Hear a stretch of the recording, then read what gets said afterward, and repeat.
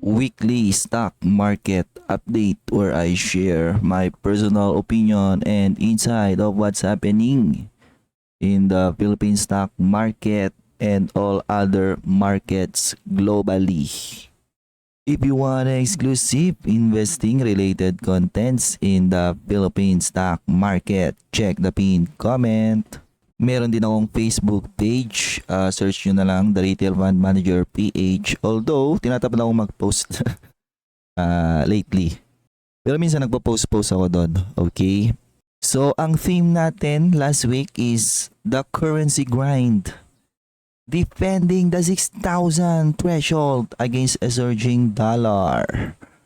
Na wala hindi na makaabot ng 6K eh. Hirap na siya, no? Yung dating support na 6,000, naging resistance na siya. So, mahina yung peso natin kasi mahina yung economic outlook ngayon ng Pilipinas. Siguro madaming investor, di ba? Napapatanong din, BBM, anong gagawin natin? Ganon. So, weekly market summary. Rate hike fears na I think it's almost guaranteed already na magre-rate hike ulit sila sa next meeting ng BSP kasi sobrang bilis ngayon ng inflation. And yung inflation full blown yan sa second quarter. Yung first quarter lang yun some parts of first quarter lang. Etong paparating na second quarter, full blown yan. So I think mas magiging pangit yung mga economic indicators, economic statistics ng Pilipinas second quarter. I wouldn't be surprised yung GDP natin ng second quarter will be lower than the first quarter. Okay. Despite an impressive midweek bounce that briefly pushed the index, blah blah blah, wala, sell kasi multi-year low. 61 point. Parang papunta nga ng 65 to, no? Before mag-end yung term ni BBM. So, the primary market drag remains macro-driven. Walang magandang ngayon Walang magandang nire-report na macroeconomics indicator ang Pilipinas. Halos lahat pangit. Ang pangit doon is ang main headline pa rin or ang main topic pa rin sa Pilipinas is still politics, no? Walang kasawang politics, no? The April inflation accelerated to a hot 7.2%. Grabe. So, investors spend the week pricing in heavy expectations of another aggressive policy rate hike to defend the local unit. Net foreign outflows still persisting. So definitely pumunta yan sa other emerging market, ganyan. Maybe US, bumabalik na sila doon. On a positive note, economic cautions emerge as March remittances slug is solid. So ito pa rin yung bubuhay ng Pilipinas, no? Mga OFW remittances. And may Q1 foreign investment pledge. Yan yung problema dyan, no? Pledge lang kasi yan Ang pledge, maganda siyang pang headline. Madami dyan sa pledge na hindi actually nagmamaterialize Okay. Ngayon, ito na yung update sa year-to-date performances ng iba't ibang indices. So, the one and only in the red, the Philippine stock market. So, yung US market, medyo nag-retreat sila nung Friday. I think may mga nilabas na bad economic data. Okay. Sila nag-retreat. Emerging market malakas pa rin. Southeast Asia, di na siya gumagalaw. International, okay lang. Total world, okay lang. And my personal dividend retirement portfolio, di pa rin siya gumagalaw, no? Still, a little bit above 4%. And since 2021, I'm still outperforming the S&P 500 and the Nasdaq 100. Pero malapit na umahabol ng Nasdaq, no? So, despite all of these bad noises, bad news sa Pilipinas, bakit sa Philippine stock market pa rin ako nag-i-invest? Kasi nga, ang daming mura, no? So, ibig sabihin, kapag sinesell yung PSEI, yung mga mura na, mas naging mura pa. So, mas naging attractive pa yung valuations nila. Meanwhile, kapag US, biglang pinasukan mo yan ng sunod-sunod na negative na economic data, malaki yung ide-decline yan, 'di ba? Kasi manggagaling sila sa mga overvalued levels na valuation. Nagbe-benefit pa sila ngayon on higher or premium multiple. So, pag tinanggal mo 'yon, nagkaroon sila ng mga negative growth rates. Malaki yung babagsak niyan. Okay. So, most investor hindi nila maintindihan yan today kasi nakita nila si S&P, pinagsasabi nito. US is very dominant, no? For the last decade, pangat ng pangat. Kasi yun yung makikita nila eh. Yun yung mga na-headline sa chart, ganyan. However, if you understand, long-term investing, no? Yung mga long-term result ng mga indices, ganyan. It's always about valuation. Kumbaga yung long-term gains ng portfolio mo is always kung anong valuation level ka pumapasok. So I'd say let them invest on overvalued markets and maybe they can enjoy in the short term and learn their lessons afterwards.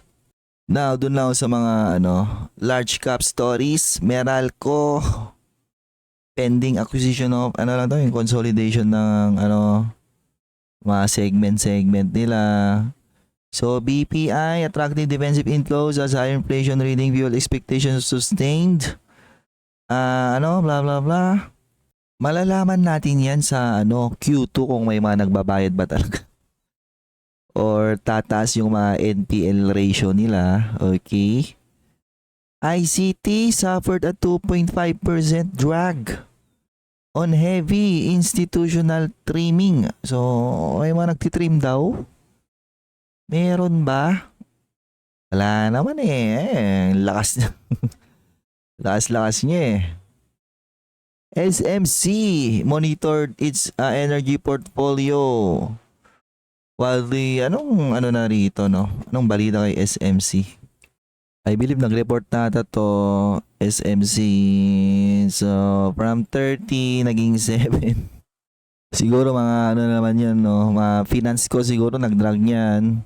Dahil na utang yan. So, JFC face minor margin revaluation by analysts as high consumer price index threatened to crimp short term.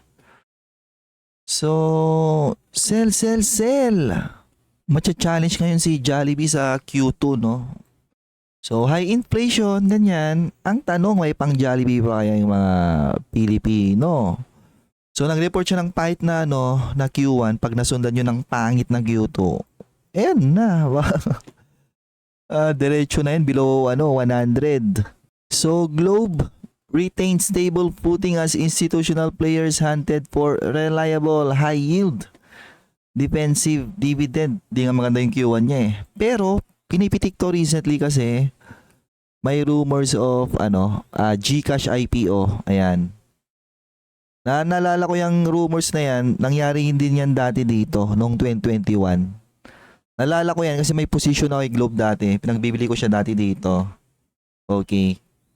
Nagkaroon siya ng rumors about GCash IPO. So pinitik yung kanyang stock price. Ang tanong kung maulit yung yung speculative run up niya na yon this time, di ba?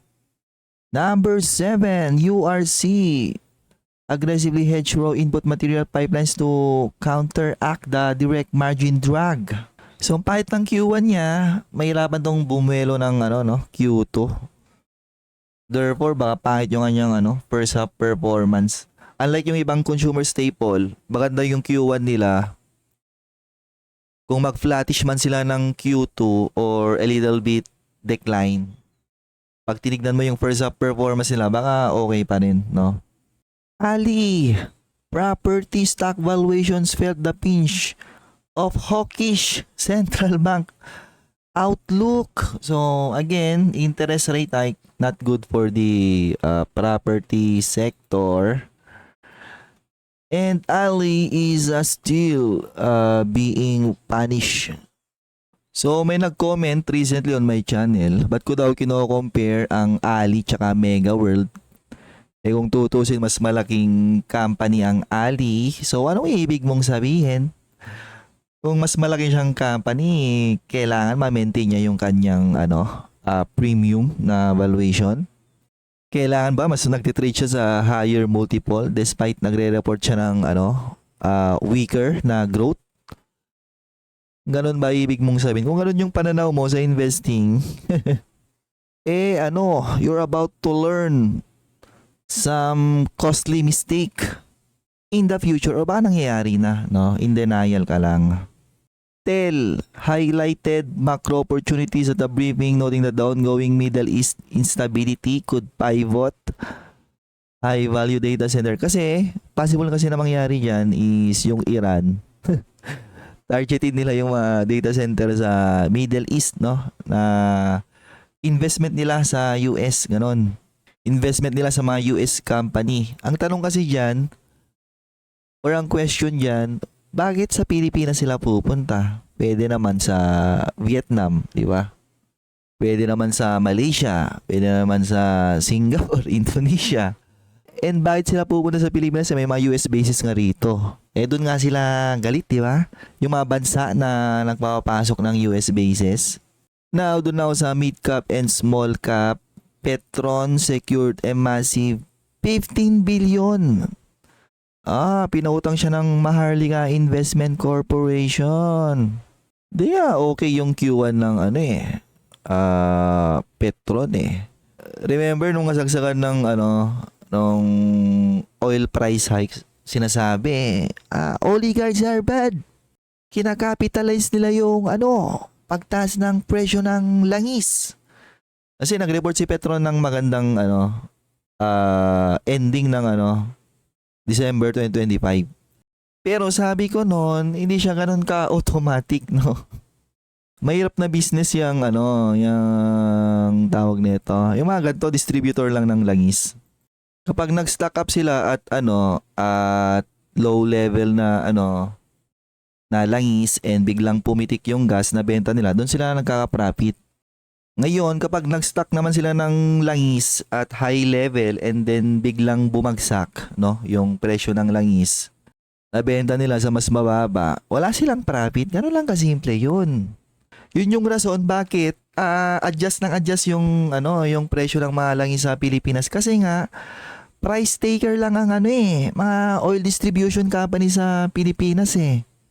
Number 2, Converge. Buy on support. Wala to. Antayin ko to sa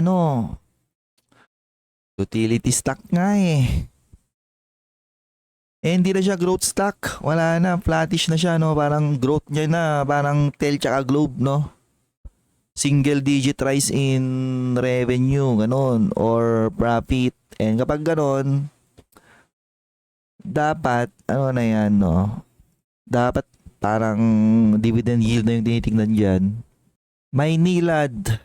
Active retail focus as momentum traders anticipate its potential inclusion. PSI eligibility. Wala sentiment. Paano pipitikin yan? In fact, baka lang din yan. No? Ika-capitalize lang din yan ng ibang investor para para mag-exit. Tulad nung ginawa kay RCR. Ganon. Meg. Dependent its 100-day moving average. Bullish daw. Ano nangyari kay Meg? Alam ko si RLC still having a decent rally. Si Meg, makupad, no? RLC yata going up pa rin. Ayan. Okay. APX rallied alongside global commodities as gold sustained its structural safe haven appeal. So, kaano ba ito ng record-breaking na profit hanggang yan, third quarter. PNB actively supported the Central Bank's issuance of the new ASEAN 10, blah, blah, blah. PNB, I think nakakanib yan, no? Kakalaman yan sa Q2 kung continue yung kanilang momentum. Plus, wala nang pansugal. Ay, nako. Sell na to eh. Si si Bloom, di ba?